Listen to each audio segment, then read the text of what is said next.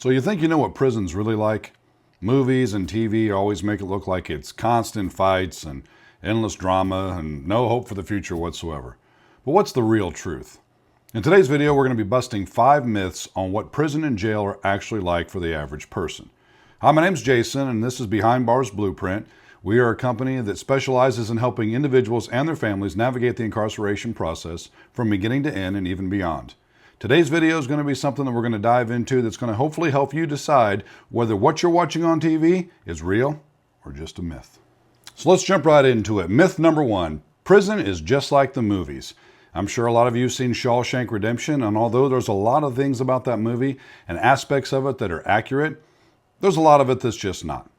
Everybody has this idea that prison is run by gangs, it's nonstop violence, there's nothing you can do, everything's out of control, you're kind of in a constant state of hiding, survival mode. There's actually not very much truth to that. More likely, on any place you're going to go, whether it's a jail, but especially a prison, whether you're in a federal penitentiary or a state penitentiary, or even a local county jail, there's actually going to be programs that are offered, things you can do to better yourself. There's going to be classes, there are going to be vocations. There's going to be programs that you can take advantage of.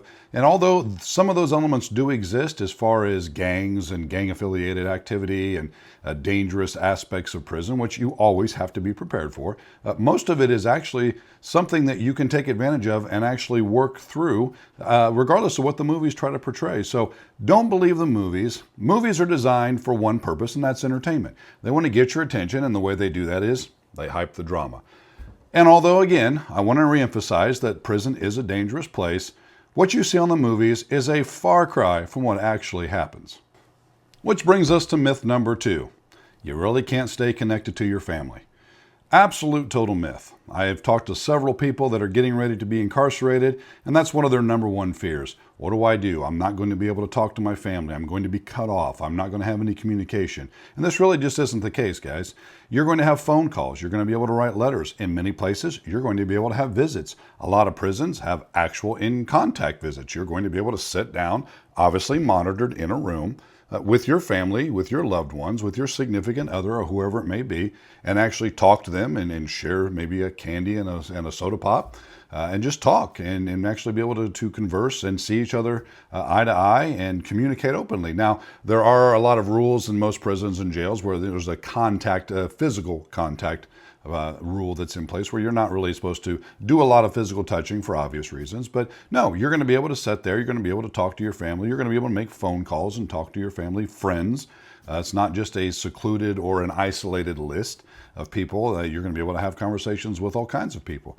You're going to be able to write letters to pretty much anybody you want. Remember though, every letter is going to get read. Every letter coming into you is going to get read. Every letter going out from you is going to be read. But you're going to be able to have plenty of contact with friends, family members, loved ones, all of that. So that myth is completely and totally debunked.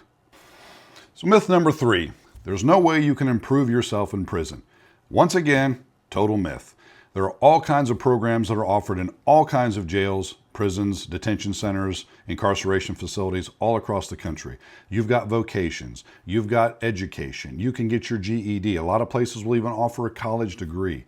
You can actually get involved and learn small engine repair. There are all kinds of things that you can use to better yourself. There's substance abuse programs. There's making better choices type programs. You've got www.behindbarsblueprint.com.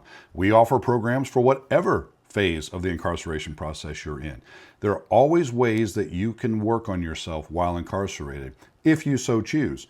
Now, to be honest, we see a lot of people just sit back. Depression is a very real thing. It's a very normal thing, especially when you're first starting out. But then that just sort of sets in and people don't take advantage of what's in front of them and they actually just waste away. And that's not what you're supposed to do. It's not what you're built for. It's not what you're designed for. And honestly, I don't believe that's what you're destined for. So take advantage of whatever programs they have to offer. It may be something that you don't really think you're interested in. Try it anyway. You've got nothing but time. You've got nothing but opportunity. But there are definitely ways to improve yourself consistently in prison if you just take the chance to work on that and take the initiative. And again, our program is designed exactly for that.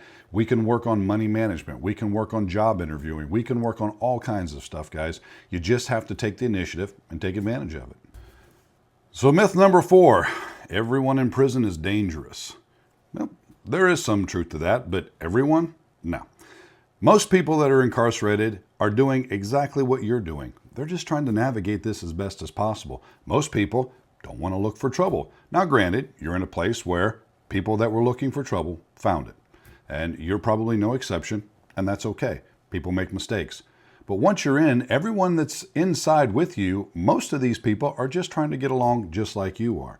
They're trying to figure out what's to do, what's not to do, what can I take advantage of, what should I avoid, what should I participate in, all of that. The same questions you have and the same concerns you have are the same that they have. Now, again, if you just adhere to the protocols that we've talked about in some earlier videos, and again in our programs, especially in phase 2, we call it incarceration, and so we have a workbook for that. It goes through all of that where it tells you sort of the do's and don'ts. As long as you operate within those parameters, you're going to be fine. And most people are just trying to get through. They're just trying to get by and make it as comfortable as possible, because obviously it's not a great environment. So everyone in prison is dangerous. Everyone's out to get you. It's just simply not true, guys. Absolute myth. Which brings us to myth number 5, guys. The final myth is that there's absolutely no hope outside of prison and after prison. Again, I see this a lot, I hear it a lot, and it's very understandable. But it is, I promise you, a myth. There is plenty of hope after prison. Matter of fact, there's plenty of hope in prison. You just have to maintain the proper perspective and take advantage, again, of the opportunities put in front of you. Programs. Again, programs like Behind Bars Blueprint. But especially once you're released, it is not the end of the world. There's so many people think, oh, I've got this felony now. I've got this label on me. And no one's going to hire me. Nobody's going to want to consider me or even look at me. And that's just simply not true. I work with several businesses that make it a point to hire people with records. And they do so because they're good people. And they know that these people like us who have been through the system, need a second chance. And it doesn't mean you can't work. It means you made a mistake. There's a difference. And they're willing to do that. And again, I would encourage you to connect with us. If you're out and you're looking for employment, give us a call. You shoot me an email. Again, it's at behindbarsblueprint@gmail.com. Our telephone number is 260-228-2626.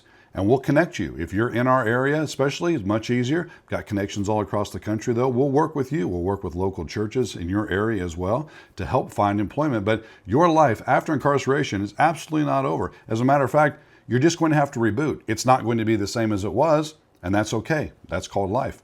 As long as you accept that and adjust, you're going to be completely fine. It's a complete myth that you're not going to have a future past incarceration.